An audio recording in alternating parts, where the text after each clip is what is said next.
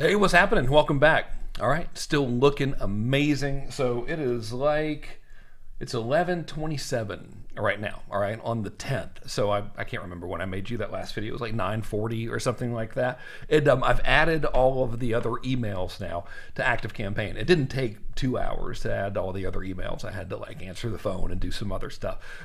So here's what's happened. First of all, let's hit refresh because every time we do that, we get money.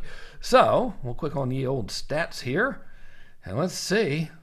Yeah, buddy. Okay. Of course, I forgot where we were in the last time I shot this, but I think it was under 10 grand. So now we've legitimately crossed the $10,000 mark for this little email campaign. And because it's 11:30, now we have sent a grand total of 5 emails, I think. I can't remember.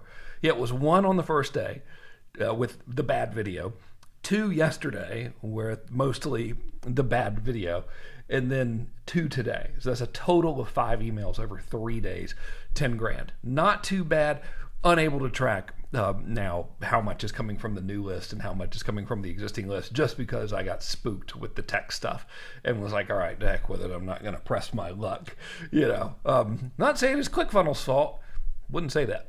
Okay, so let's talk about the emails. All right, so here's the one that just went out. This is probably still sending, really. And this is the only one where I'm getting like creative in terms of the copy. And I wrote this yesterday, and it probably, my guess is it'll probably get a good open rate and then like maybe a good click-through rate. But that's a total guess here. And the reason I'm doing this is because we had a great couple days in sales selling expensive stuff, and it was timely. And the disadvantage to this is they're twofold. Number one, it's really not following the framework, which is, hey, there's a deadline, go get this thing, here's the benefits. I'm telling a little bit more as kind of a longer email. So that's disadvantage number one. It might not get the clicks. Disadvantage number two is, see these pictures?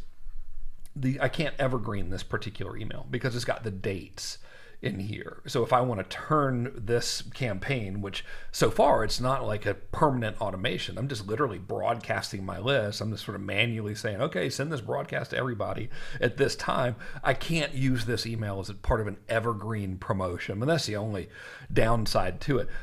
It's in your swipe file, which is here. All right, so all the emails that are going out, they are in this swipe file. I'm going to give it to you, but you can see it's slightly different because the swipe file just has like the placeholder for the image and stuff, and the real email itself has like these little dashes between the images. The reason I put those there is because the image, there's no background for the image. I just took a screenshot from my email. So like I felt like I needed to break up the text a little bit there. But that's it, right? So that's gone out now. And what I've did is I've taken these, all right, and I've programmed them. So if we look at our first one for today, this is, the classic formula, right? Like, hey, you missed this. I got this. Here's the offer. Here's where you can see it. Here's one of the benefits. It's a big discount. All right. Here's why you should go see it again. Go here. Buy. Oh, by the way, this expires today. And you should get it. Right. So classic formula. Like all we're saying is, hey, there's a deadline. Here's what you can get. Here are the benefits of it. That's all we got to do in the email. We don't have to tell our life story. Email number two, I'm getting a little creative. All right. And the reason why is I just felt like getting a little creative. I just wanted to. We'll be able to see, by the way, tomorrow. So I'll resume recording. Of course, I will have changed clothes and showered by then for sure, barring any further health crises within my family. But tomorrow, I'll be able to tell you the reports and how many people opened and clicked this second one. But the copy on the second one, it doesn't really follow the framework. I really should be like, hey, this thing's going away. I should have started out with, this is going away at midnight, see it here, and by the way, I hate to be that guy, but look at this, and then go forth. So let me walk you through this copy, all right? I'm essentially wanting to get the open here, and I'm wanting to get the click here with them going, what the hell is he doing to sell so much stuff? All right, so this is a hyperlink to the sales page. And now I'm saying this is a screenshot of my credit card settlement from yesterday. I'm showing it to you because a few people wrote in after this morning's email when I told you about yesterday's sales volume. There it is. They suspected shenanigans. Here's the day before yesterday's sales totals too, just in case. Now, if you remember, all right, the other emails that we sent out, which I think like the first one, so I don't think yesterday's, but I think like the very first one I sent out on whatever day it was, Wednesday, when we just decided to do this at 5 o'clock in the afternoon, it referenced, dude, we're doing pretty good, right? So that's why I've got these pictures in here, because it's sort of congruent there. All right, so here's our picture. So this is an image. That's why I've got these little line breaks here, because there's just no frame around it. I needed to break it up a little bit. Hey, we keep this up and we'll be sneaking up on 1 million a month in no time, but I digress. The outcry of shenanigans. And I would tell you like there's psychology behind this, which is, I want to address their skepticism, which is, right, if he's telling us to buy something that teaches how to sell expensive stuff, how come he's selling this so cheap? I really don't think there's going to be that skepticism. I do think people would like be suspicious of, hey, did you guys really sell that much stuff? But I don't really think people would care about that. In all transparency, I just kind of wanted a different angle and felt like being creative. And it's something I would wonder, but I'm not 100% sold that the audience would wonder it. I think most people are like, oh, a bargain? Okay, let's check it out. Like, that's kind of the way human nature works. They don't care. But anyway, here's the copy, right? And we'll see how it does. So back to the copy. The outcry of shenanigans. Get your brooms. I don't think they were suspicious because of the sales numbers. Instead, they were saying things like, if Frank's all about selling expensive stuff, why is he making this offer so cheap, right? And so I've got another link here to this copy. And that makes perfect sense. It's incongruent, which it is incongruent. So let me catch you up and explain. First, if you go here, and again, another link. Now you'll notice I like linking to the sales page a lot, because they can't buy it if they don't go to the page, all right? So it's like you want to have a lot of links to your sales page in there. So first, if you go here, you can see where I'm giving away very rare materials on how to sell expensive stuff for a 98.83% discount.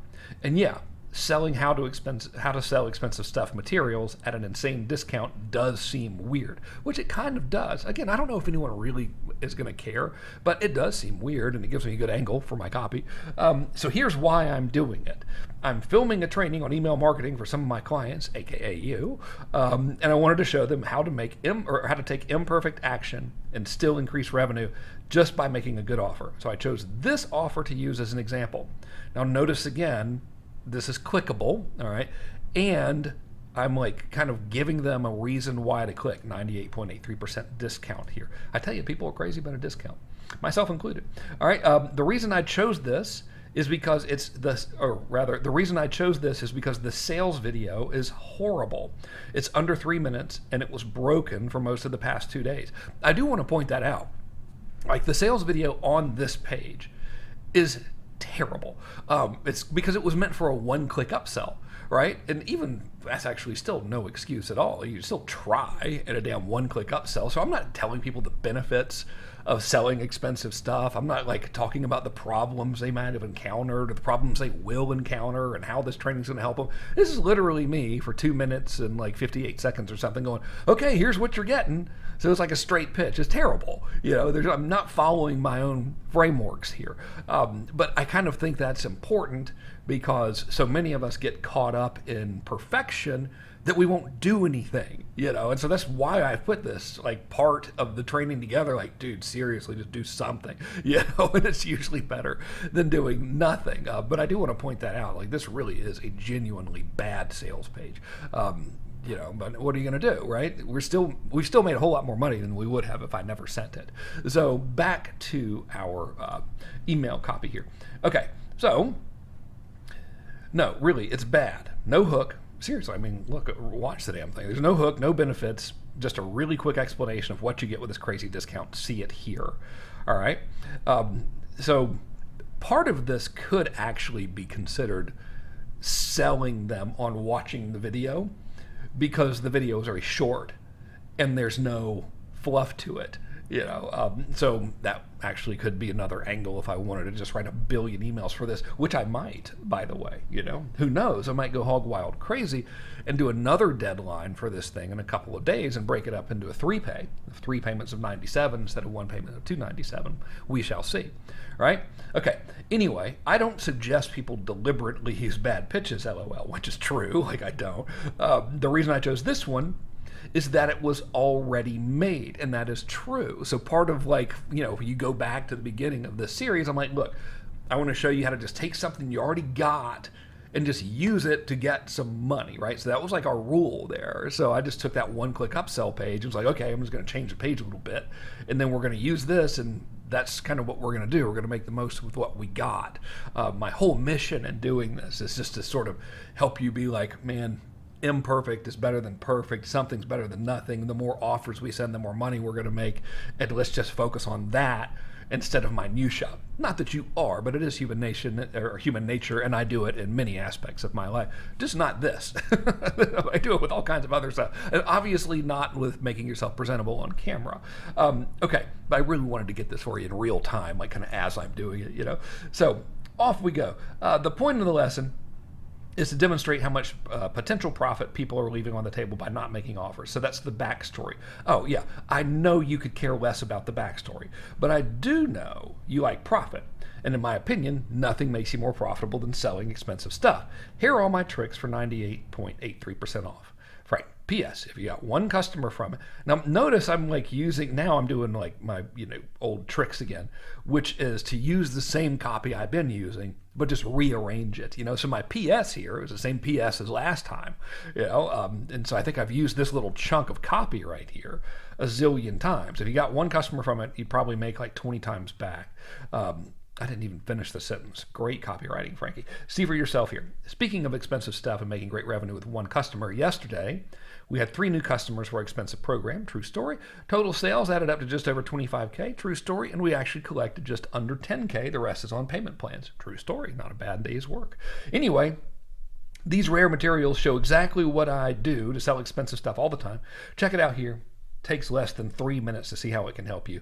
This page expires today. See it here. All right. And so now we're getting back into the more classic, dude, go get the thing. There's a deadline. All right. So that is our 11 o'clock email. It's a lot different than our earlier email, from whenever we send it, 7 o'clock.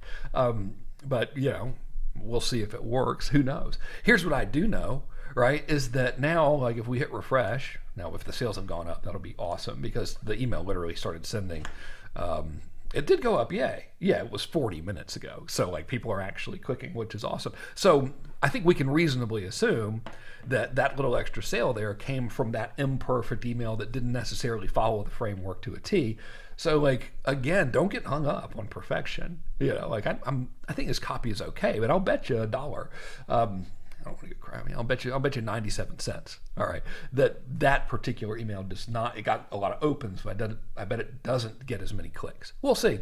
We can look at the reports tomorrow.